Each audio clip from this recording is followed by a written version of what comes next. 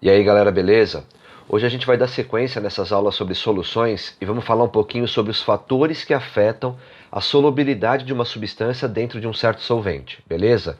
Nessa parte 1 a gente fala especificamente sobre sólidos e líquidos. A solubilidade dos gases ela segue um padrão um pouco diferente e a gente vai ter uma aula só sobre isso, beleza? Então vamos lá. Quais são os fatores principais que a gente vai discutir hoje? Hoje nós vamos falar principalmente sobre a interação soluto-solvente, que a gente já falou um pouquinho em outras aulas. A gente vai falar da temperatura. E embora a pressão seja um fator que afeta a solubilidade, ela é mais efetiva, ela é mais eficiente para determinar os gases. E como a gente vai ter uma aula só para gases, hoje eu vou me ater a falar só dessas duas a princípio, beleza? Se liga. Como que é essa história de interação soluto-solvente? Você lembra daquela história de que semelhante dissolve semelhante? Seu professor, sua professora já deve ter falado um pouco sobre isso durante as aulas. Eu mesmo falei aqui nessas aulas, e se você não lembra um pouquinho sobre isso, dá uma olhada no card que fica aqui em cima para rever essa aula, beleza? Vale a pena. Como que funciona essa história de semelhante dissolve semelhante? Semelhante quanto a quê?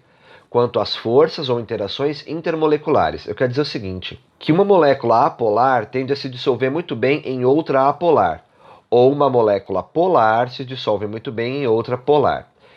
Para dar esse exemplo de uma maneira mais prática, eu queria te mostrar o seguinte. Por que algumas vitaminas elas são mais importantes que você venha a ingerir do que outras?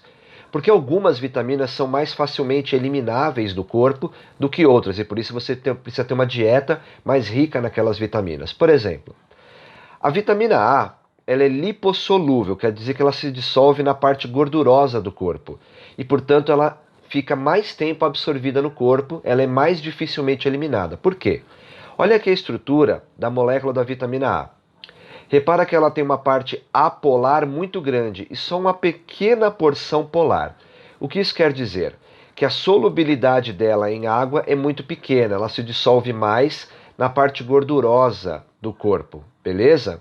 E dessa forma ela fica armazenada por mais tempo. Isso quer dizer que a gente pode ter uma dieta mais pobre em vitamina A do que em outras vitaminas, como a vitamina C, que eu já vou te explicar, porque ela fica armazenada no corpo mais facilmente. Ela é eliminada mais dificilmente do corpo do que outras vitaminas. E por que isso acontece? Se liga na vitamina C, por exemplo.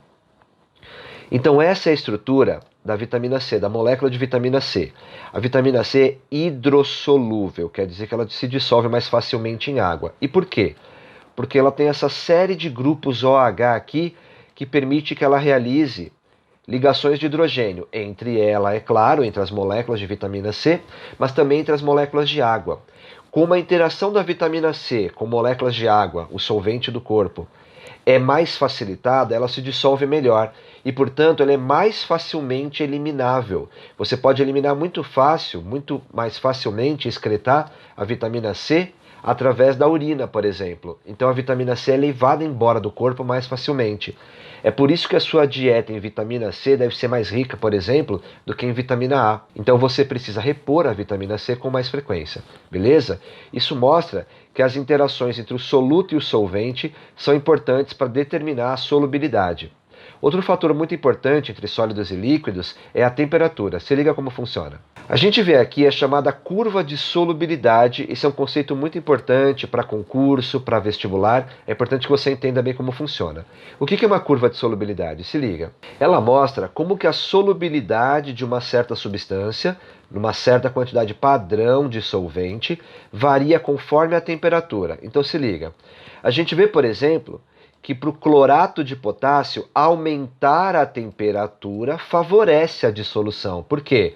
Eu estou vendo pelo gráfico que quanto maior a temperatura, se liga a temperatura aumentando da esquerda para a direita, mais dissolve de clorato de potássio, de cloreto de potássio, de nitrato de sódio, do famoso cloreto de sódio, beleza?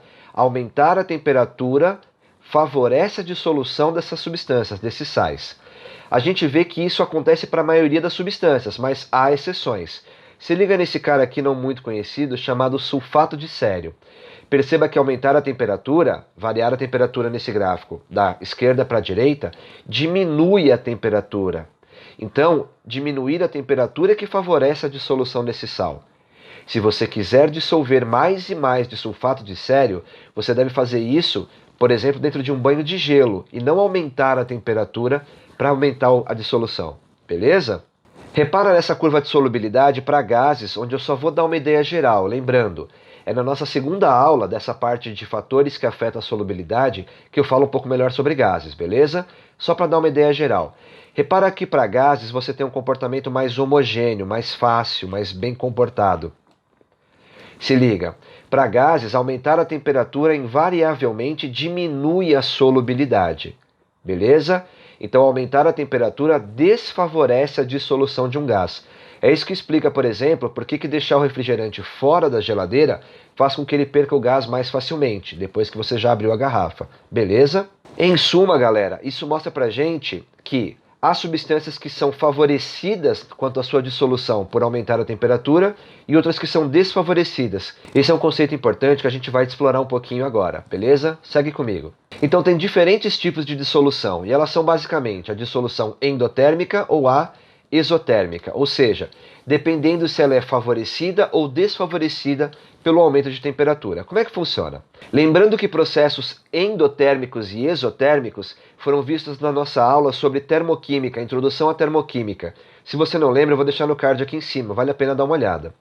O que a gente tem por ideia sobre endotérmico? Uma dissolução endotérmica é aquela que é favorecida pelo aumento de temperatura, ela absorve calor para acontecer e, portanto, você tem uma diminuição da temperatura quando isso acontece. Processos endotérmicos diminuem a temperatura do ambiente, justamente porque o calor foi absorvido. Um exemplo de uma dissolução endotérmica é o que acontece com o chamado nitrato de amônio. O nitrato de amônio é um sal, e quando ele é jogado em água, você tem a dissolução, você separa os íons, só que para isso acontecer, ele absorve calor do ambiente, e portanto a temperatura diminui. Uma aplicação da utilização desse conhecimento é que ele é usado, por exemplo, em bolsas para produzir gelo instantaneamente. Você rompe um lacre que separa o nitrato de amônio da água, ele se dissolve e a temperatura se reduz, a ponto de formar gelo nessa água. Então você tem uma bolsa de gelo instantânea, por exemplo, para curar contusões, beleza? O que é um processo exotérmico? É aquele que ele é favorecido pela diminuição da temperatura, por exemplo, o sulfato de sério que eu coloquei lá atrás.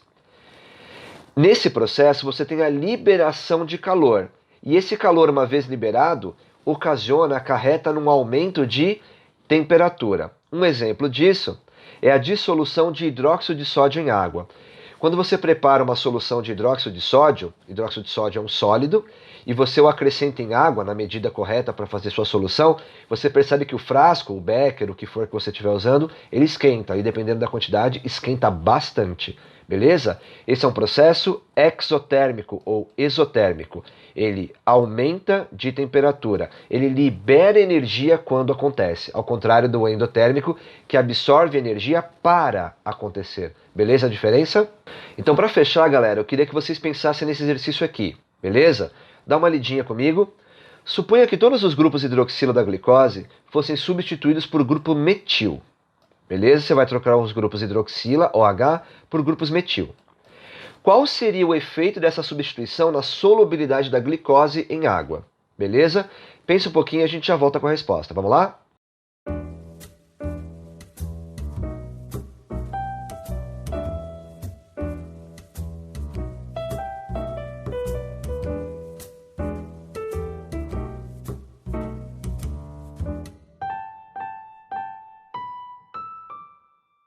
E aí, beleza? Conseguiu fazer?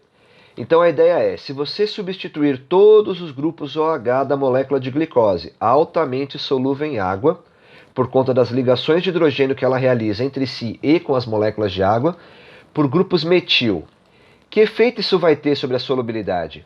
Vai ficar mais ou menos solúvel? Vai ficar mais fácil ou mais difícil dissolver glicose em água se eu trocar os OHs por metil? Se liga? Claro, né, gente? Vai ficar menos solúvel.